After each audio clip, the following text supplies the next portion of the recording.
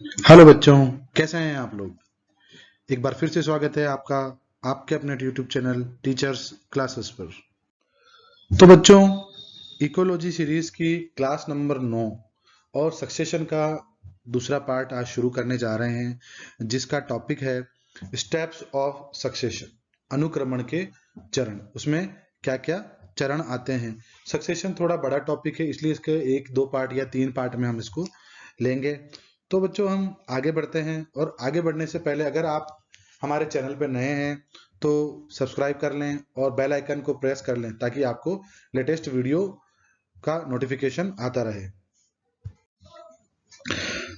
आज का टॉपिक जो है अनुक्रमण के चरण, उसको हम यहां से शुरू करेंगे कि पिछली क्लास में हमने दो टर्म्स पढ़ी थी, तो पायनियर कम्युनिटी और एक क्लाइमेक्स कम्युनिटी। ओके, तो सक्सेशन में हो कुछ नहीं रहा था, पायनियर से स्टार्ट हो रहा था, है ना, और यहां तक एंड तक पहुंच रहा था।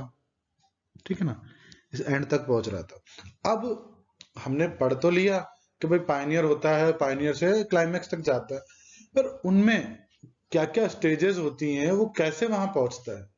आज अगर मुझे मुंबई जाना है तो सबसे पहले मैं घर से बाहर निकलूंगा ना, या मैं फैसला लूंगा कि भैया मुझे बाहर जाना है ना। तो बाहर जाके फिर मैं वहां कैसे पहुंचा, क्या करा, यात्रा वृत्तांत मेरा क्या था, ठीक है ना। तो जर्नी की जो स्टोरी है वो क्या थी, तो वही वही कुछ ऐसा है जो हम यहाँ पर पढ़ेंगे। तो इसके कुछ स्टेप्स हैं जिनका आउटलाइन मैंने यहाँ पर पहले दे दिया है ना, ताकि क्या होगा कि आप आगे से थोड़ा सा इसको अच्छा सहज महसूस करेंगे। जैसे न्यूडेशन है, फिर माइग्रेट हुआ, माइग्रेट के बाद इक्केसिस हुआ, क्या होता है इक्केसिस वो हम पढ़ेंगे, है ना। इसमें भी कुछ स्टेप्स होते हैं, कैसे होते हैं वो भी हम देखेंगे। फिर कॉलोनाइज हुआ, कॉलोनाइज का मतलब आप समझते होंगे, कॉलोनी बनाना। और कॉलोनाइज और एग्रीगेशन एक ही टर्म है, इनको हम एक ही साथ पढ़ेंगे, कॉलोनाइज और एग्रीगेशन, कॉलोनाइजेशन और एग्रीगेशन। फिर कंपटीशन है, किस तरह से कंपटीशन आता है सक्सेशन में।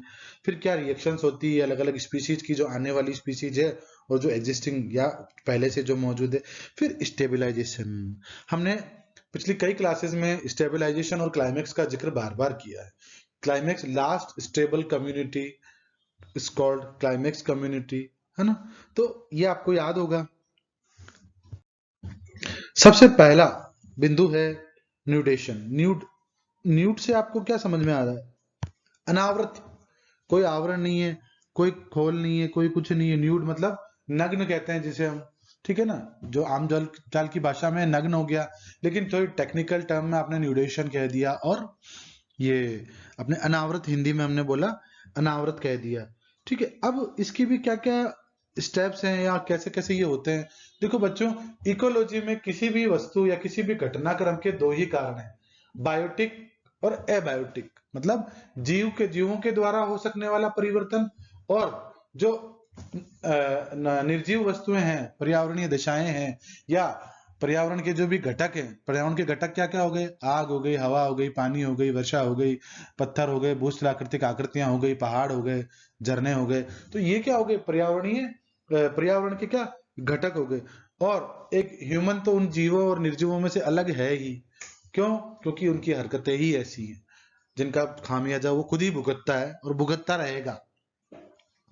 तो न्यूडेशन दो तरीके से हो गया सर।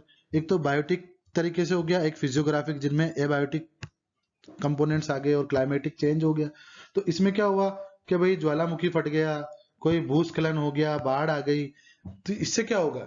अरे भाई कहीं बाढ़ आ गई तो क्या होगा? सारा फ्लोरा बह के चला गया, पूरी सपाट जगह हो गई। आग लग गई, फॉरेस्ट फायर हो गया, तो क्या हो गया? सब जगह राख हो गई। राख हो गई मतलब कि सेकेंडरी सक्सेशन चल रहा है, किसी ना किसी रूप में क्या है, सक्सेशन ही चलेगा वहां पर, या प्राइमरी होगा या वो होगा। ठीक है, अब ज्वालामुखी फटा, ज्वालामुखी फटा और चट्टान बन गई। चट्टान बन गई तो कैसे होगी? बेयर रॉक बन गई। हमने पिछली क्लास में पढ़ा, पहली स्लाइड में बेयर रॉक बताई थी, ठीक है ना। जहां पर कुछ भी नहीं है वहां पर प्राइमरी सक्सेशन हुआ। सक्सेशन प्राइमरी होगा ना चट्टान पर। और आग लगी वहां पर क्या होगा? सेकेंडरी सक्सेशन होगा। ठीक है, और उसके अगर कोई बीमारी आ गई है या कोई अन्य विनाशकारी कैटास्ट्रोफिक एजेंसीज के द्वारा कुछ हुआ है, तो वहां भी क्या होगा? न्यूडेशन हो जाएगा। वह जो जगह है, ठीक है ना, वो फिजियोलॉजिकल जो भी फिजियोलॉजी फिजिकल स्पेस है, वो कैसा हो जाएगा? न्यूड हो जाएगा। और कुछ मनुष्य द्वारा भी या मैन मेड रीजंस भी हो सकते हैं, जैसे हमने कोई बड़ी दीवार बनाई, ठीक है। अभी अपन महल जाते हैं, कोई बड़े बड़े महल देखते हैं, बड़े बड़े परकोटे देखते हैं, हेरिटेज सिटीज में जाते हैं, तो क्या होता है वहां की दीवारों पर क्या होता है, चिकनी काई जैसी जमा रहता है, लाइकेन होता है वो, ठीक है, या ब्लू ग्रीन एल्गी होगा, ठीक है, वो लगा रहेंगे वहां पर, ठीक है। हमने पहाड़ काट दिया, पहाड़ काट दिया और पत्थर ले लिया, तो अब जो वो जो एरिया बना वो क्या हो गया, बेयर रॉक्स हो गई। ऐसे ही खड्डे खोद दिए, आग लगा दी, ठीक है, जलाशय के नीचे बड़े भूमि क्षेत्रों में बाढ़ आ गई, तो वहां भी मैंने बताया जैसा कि सब बह जाएगा और सब न्यूडेशन हो जाएगा, सबका अनावृत हो जाएंगे सारे, तो वो सक्सेशन प्रॉन जोन हो गया, वहां सक्सेशन हो जाएगा, प्राइमरी होगा, सेकेंडरी होगा, वो डिपेंड करेगा। अब आता है, अब हमने जगह को न्यूड कर दिया, स्थिति कैसी हो गई, नग्न हो गई, तो अब खाली जगह पर क्या होगा, बाहर से कोई स्पीसीज माइग्रेट होगी, माइग्रेट होगी, ठीक है। अब माइग्रेट को हिंदी में क्या बोला, प्रवास करना। अब आपने हमारी जो पॉपुलेशन इकोलॉजी वाली क्लास थी वहां पे दो टर्म आपने पढ़ी थी, ठीक है, इमाइग्रेशन और एमिग्रेशन। तो इनकी मैंने आपको एक ट्रिक भी बताई थी, क्या बच्चों, इसको आप ट्रिक से याद कर लेना, ई फॉर एग्जिट और आई फॉर इन। तो इन मतलब आना और एग्जिट मतलब जाना, तो ये टर्म हो गई आने के लिए, ये जाने के लिए। तो किसी स्थान पर कोई आएगा तो क्या बोलेंगे अपन, इमाइग्रेट हुआ है, वो कहीं से वहां पर आया है। तो अब जैसे ही माइग्रेशन हुआ, अब माइग्रेशन भी किन किन तरीकों से होगा, और भाई माइग्रेट करने के भी तो तरीके होंगे। आज मैंने बोला कि मैं मुंबई जा रहा हूँ, तो मुंबई जाने के भी तो तरीके हैं भाई, हवाई यात्रा कर रहा हूँ, प्लेन से जा रहा हूँ, ट्रेन से जा रहा हूँ, बस से जा रहा हूँ, पैदल जा रहा हूँ, कैसे जा रहा हूँ, तो वो क्या हो गई कि मेरे तरीके हो गए वहां पहुंचने के।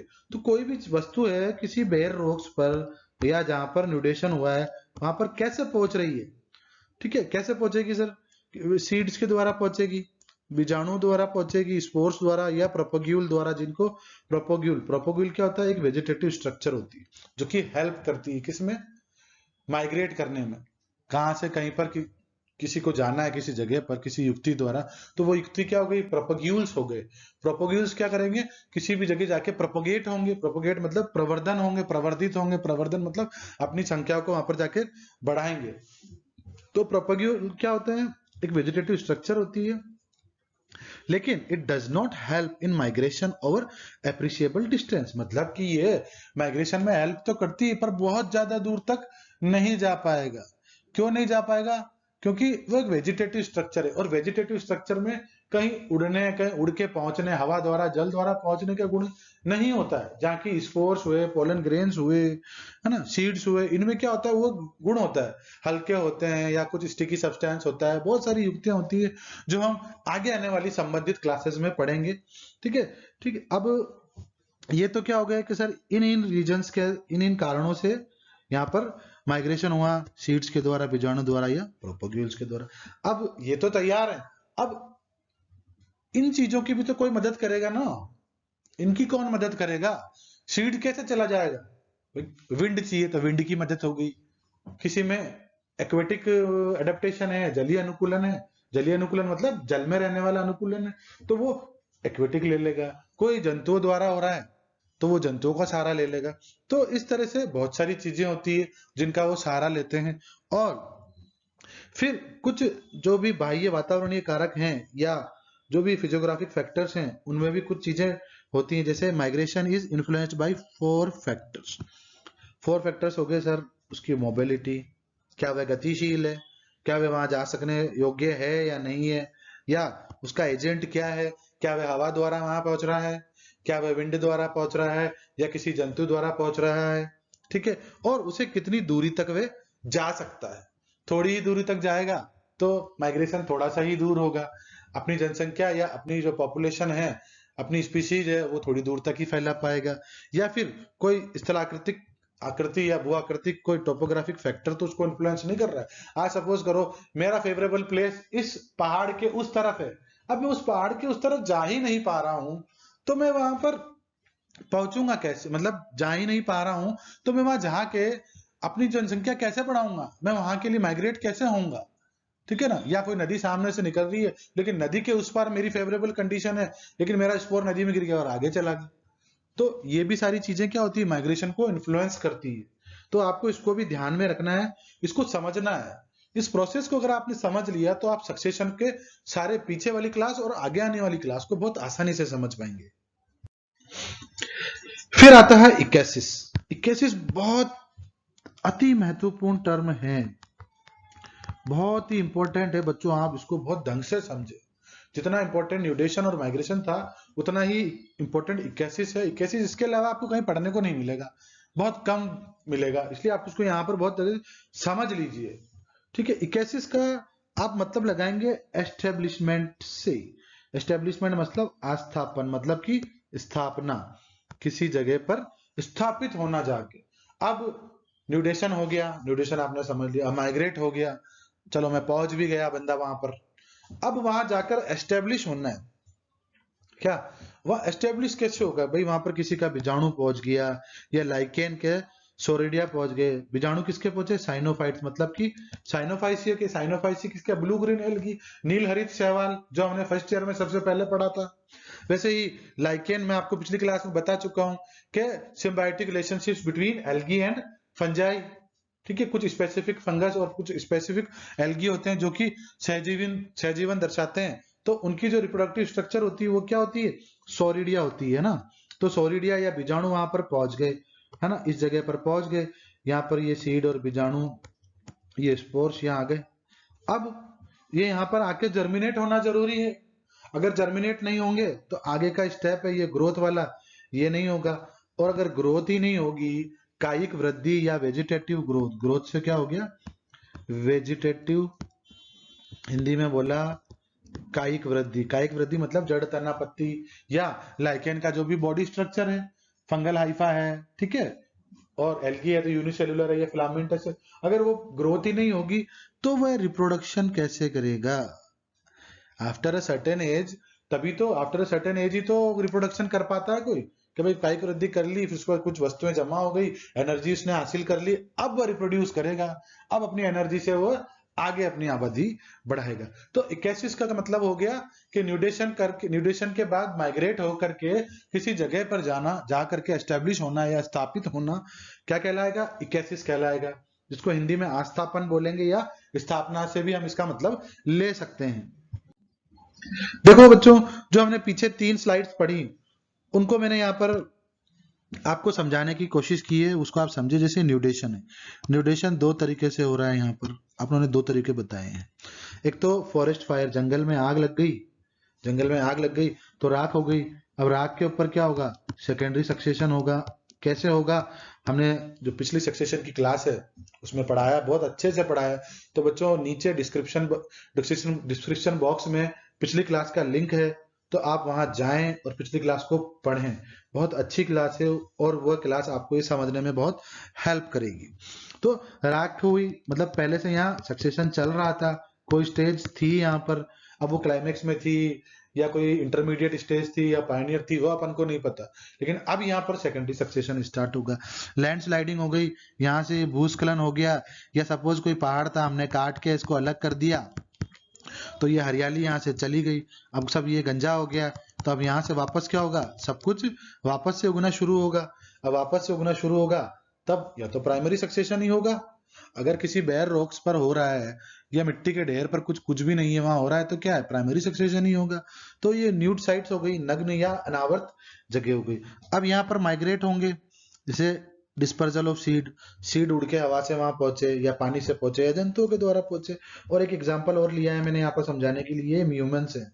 ये भी एक तरह से क्या हो रहा है, माइग्रेट हो रहा है। कहाँ हो रहा है माइग्रेट, जहां पर इनकी आजीविका के साधन इनको मिले, ये वहां पर जाएं, स्टेब्लिश हो जाएं। स्टेब्लिश इन द सेंस अंकुरित हो, अंकुरित इन द सेंस वहां पर जाएं, रहें, वहां पर भोजन करें, और जहां भोजन मिला वहीं इन्होंने भजन किया, मतलब कि वहीं इन्होंने ग्रोथ की और ग्रोथ करके रिप्रोड्यूस करके अपनी जनसंख्या बढ़ाई।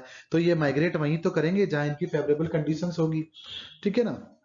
अब यहाँ पर जो न्यूट साइट है उनकी फेवरेबल कंडीशन, लाइकेंस के लिए वो फेवरेबल कंडीशंस होती है, ठीक है। वैसे ही सीड डिस्पर्जल होगा, सीड के लिए जो भी इंपॉर्टेंट या फेवरेबल कंडीशन होगी वहां पर जाएंगे। और फिर अंत में क्या हुआ, इकेसिस हुआ, इकेसिस मतलब एस्टेब्लिश हो गया।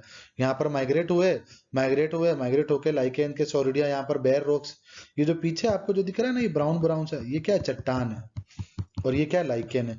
और आप गरम मसाला खाते हो, गरम मसाला, खड़ा गरम मसाला जिसको कहते हैं, पूरा हुल हुल स्पाइस, ठीक है ना, तो उसमें ऐसा ऐसा कुछ निकलता है, वो क्या? लाइकेन ही होता है।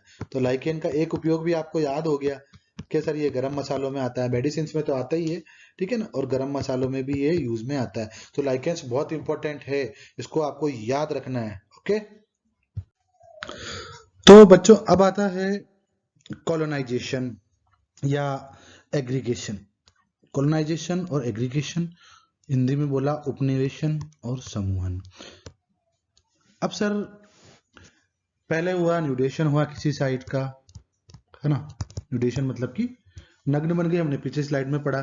फिर वहां पर कुछ स्पीसीज या कम्युनिटी माइग्रेट कर गई, माइग्रेट करके वहां पर पहुंच गई, पहुंचकर उसने क्या करा? इक्यासिस भी कर लिया। इक्यासिस मतलब कि स्टैब्लिशमेंट भी कर लिया। अब जब वह जम गया, मैंने कोई वीराने में मकान ले लिया, मैं स्टेब्लिश हो गया, है ना। अब मुझे वहां पर कॉलोनाइज करवाना है लोगों को, तो मैं बोलूंगा अरे आप आओ, बड़ी अच्छी जगह है ये, तो लोग भी देखेंगे हाँ यार ये रह रहा है 2 साल से 3 साल से, अपन भी अपना यहाँ मकान बना लेते हैं, अपन भी यहाँ पर कॉलोनाइज हो जाते हैं या एग्रीगेट हो जाते हैं, समूहित हो जाते हैं, समूहन या समूह बना लेते हैं। तो क्या होता है? दूसरे भी वहां पर जमा होने लगते हैं एक ही जाति के। तो क्या कहलाता है वो? कॉलोनाइजेशन कहलाता है। कॉलोनाइजेशन कहलाएगा ना। अब वहां पर क्या करता है? एक ही प्रजाति के लोग क्या करते हैं? प्रजनन करते हैं और संख्या में वृद्धि करते हैं। तो एक जमा होना आगे और कॉलोनाइज करना क्या कहलाया? वो कैसे होगा? उस लक्ष्य को कैसे प्राप्त करेंगे? जनन करके ही तो प्राप्त किया जाएगा ना। तो ये कॉलोनाइजेशन कहलाता है, जो कि 81 के बाद होता है। आप इसको, इस जो प्रोसेस है इसको आपको ध्यान रखना है कि न्यूडेशन, माइग्रेशन, 81, कॉलोनाइजेशन। और माइग्रेशन के भी आपको टाइप हमने बता दिए हैं, तो आप उसको भी याद रखें। 81 कैसे कैसे होता है वो भी बता दिया, और कॉलोनाइजेशन हम देख ही रहे हैं। तो आपको ये जो एरिया नजर आ रहा है, ये क्या है? ये लाइकेन है। ये हमने क्या देखा? व्हाइट व्हाइट पिछली स्लाइड में बताया था, एक चट्टान के ऊपर 81 के अंदर, वो क्या है? लाइकेन है। ये भी वो लाइकेन। और ये जो ग्रीन ग्रीन नजर आ रहा है ना, ये कौन है? ये तो हो गया लाइकेन, लाइकेन्स। और ये हो गई मॉसेस। मॉस क्या होती है? ब्रायोफाइट होता है एक तरह का। इसको ध्यान रखना, बच्चे ध्यान ही नहीं देते हैं, कंफ्यूज हो जाते हैं ना। और लाइकेन क्या है? एल्गी और फंजाई का सिम्बायोटिक रिलेशन। तो lichen is a symbiotic relationship between algae and fungi, ठीक है। ब्रायोफाइट रूट स्टेम और लीफ नहीं होता, तो वो मॉस है। रूट स्टेम और लीफ एब्सेंट होता है, ठीक है। तो यहाँ पर कौन आएगा? पाइनियर्स आएंगे। Colonise, good colonisers.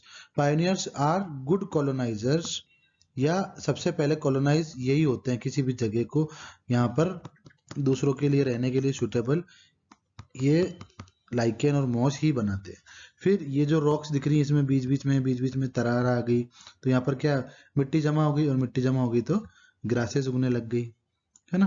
तो ये भी क्या? कॉलोनाइज कर रही है अपने आप को। तो ये था कॉलोनाइजेशन।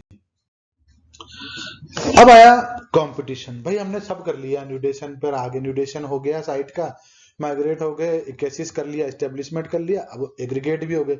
अब घर में 4 बर्तन इकट्ठे हो गए तो क्या होगी? आवाज आएगी, लड़ाई होगी, ठीक है, लड़ाई होगी। और कॉलोनी बस गई तो कॉलोनी में भी लड़ाई होगी।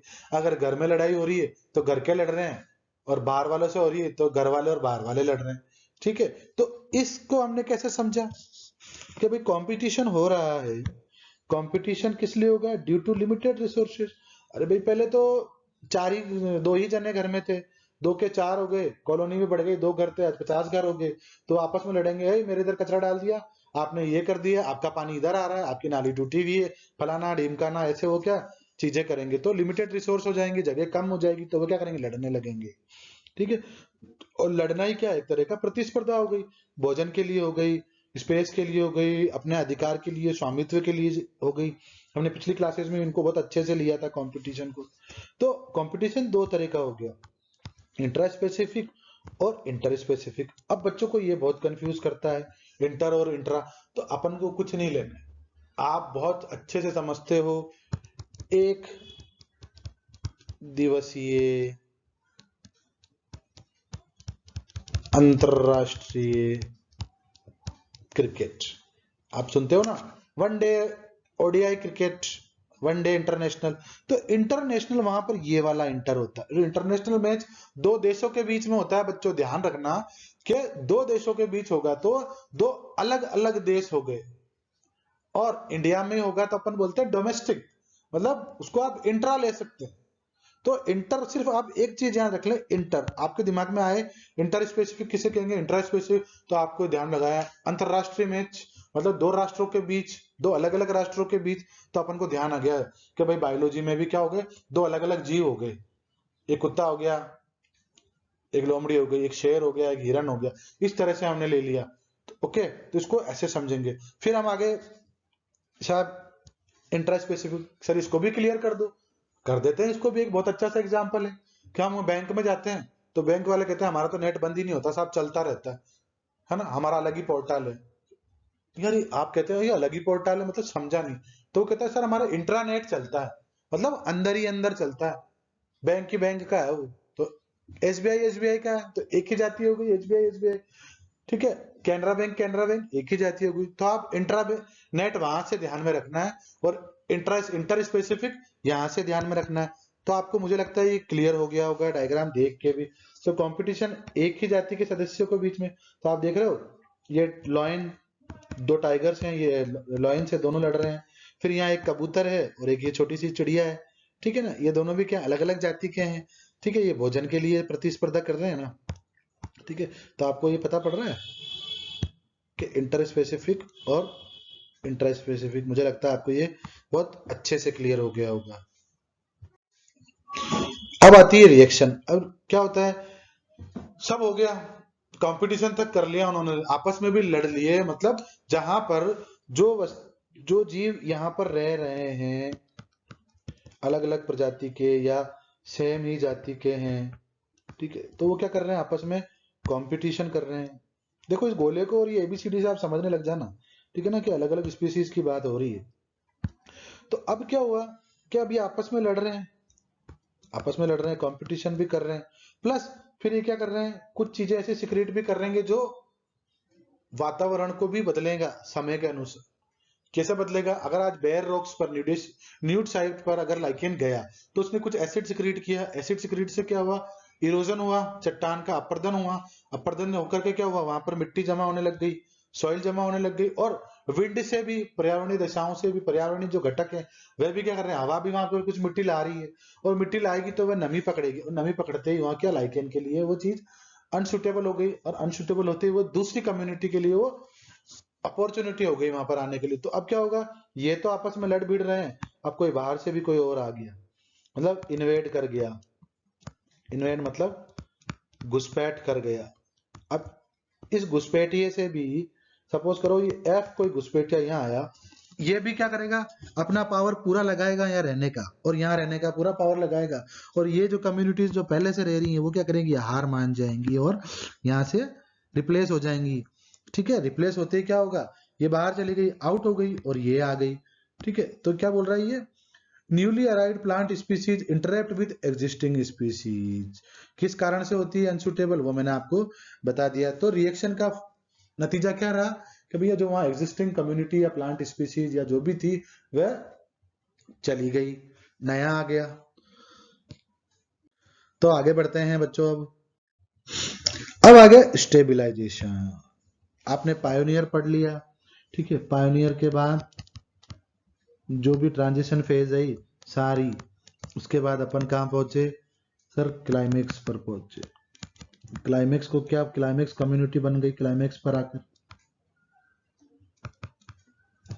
फिर क्लाइमेक्स कम्युनिटी लास्ट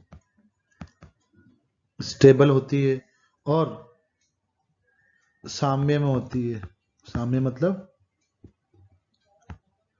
इक्विलिब्रियम, बहुत पढ़ते हैं आप केमिस्ट्री में इक्विलिब्रियम, तो आप इसको इंग्लिश में भी याद रखोगे ना हिंदी वालों, तो कोई बुरी बात नहीं है, थोड़ा थोड़ा आप इंग्लिश समझने की कोशिश कर सकते हो। ठीक है, तो ये साम्य में हो गई।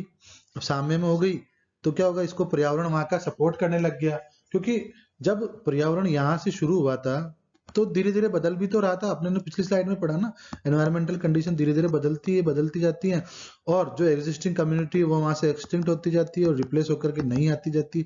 और जब ये क्लाइमेक्स पर पहुंचती है तो क्या होता है, क्लाइमेट क्या करता है, इसका साथ देने लग जाता है। जैसे कि डेफिनेशन में क्या लिखा हुआ है, long process of competition after invasion भी हो गया, रिएक्शन भी हो गया। तो कंटिन्यूस चेंजिंग एनवायरनमेंट, एनवायरनमेंट कैसा लगातार बदला, और लास्ट स्टेबल कम्युनिटी अपने आप को वातावरण के साथ क्या कर लेती है, स्टेबल कर लेती है, कि भैया ये वातावरण यहाँ तक पहुंच गया, इस वातावरण के साथ ये प्लांट कम्युनिटी स्टेबल हो गई। तो बच्चों, आपने पिछली क्लास और इस क्लास में सक्सेशन को अच्छे से समझा है, और मुझे लगता है कि आपको सक्सेशन बहुत अच्छे से समझ में भी आया होगा।